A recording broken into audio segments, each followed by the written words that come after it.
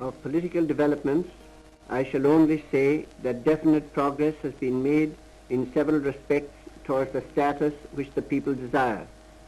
With the utmost goodwill towards other nations, the Irish people are as determined as ever to work for the unity and independence of their country.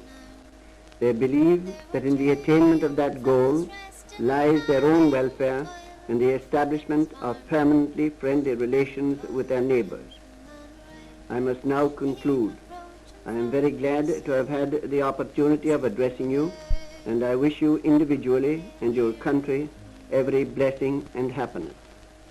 Slán agad Villéir. Is made in Dublin. To mark the inauguration of the new constitution throughout éiRe, formerly the Irish Free State, Dr. Byrne, Archbishop of Dublin, enters the pro-cathedral for the votive mass, and escorted by cavalry, the new Taoiseach, Mr. de Valera, arrives by car.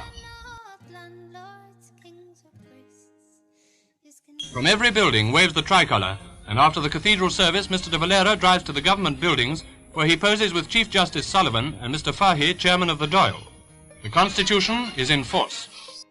The ideal Ireland that we would have, the Ireland that we dreamed of, would be the home of a people who valued material wealth only as a basis for right living, of a people who, satisfied with frugal comfort, devoted their leisure to the things of the spirit, a land whose countryside would be bright with cozy homesteads, whose fields and villages would be joyous with the sounds of industry, with the romping of sturdy children, the contests of athletic youths, and the laughter of happy maidens, whose firesides would be forms for the wisdom of serene old age, the home, in short, of a people living the life that God desires that men should live.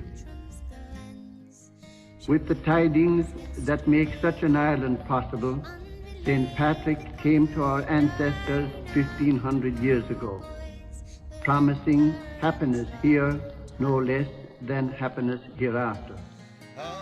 It was the pursuit of such an Ireland that later made our country worthy to be called the Island of Saints and Scholars.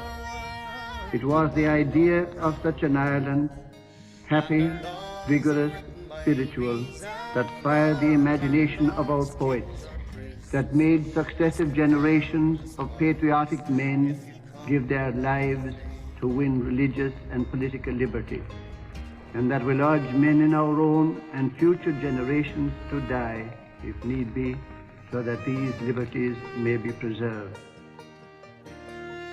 100 years ago, the young Irelanders, by holding up the vision of such an Ireland before the people, inspired them and moved them spiritually as our people had hardly been moved since the golden age of Irish civilization. 50 years later, the founders of the Gaelic League similarly inspired and moved the people of their day. So later did the leaders of the Irish Volunteers. We of this time, if we have the will and the active enthusiasm, have the opportunity to inspire and move our generation in like manner. We can do so by keeping this thought of a noble future for our country constantly before our minds, ever seeking in action to bring that future into being, and ever remembering that it is for our nation as a whole that future must be sought.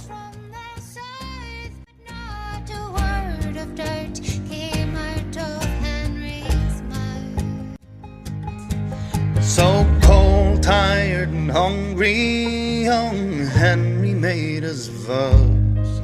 From your proud mothers I stole you, and I won't desert you now. We're sons of the Republic, not planters but free men, and it's never going to be the same again.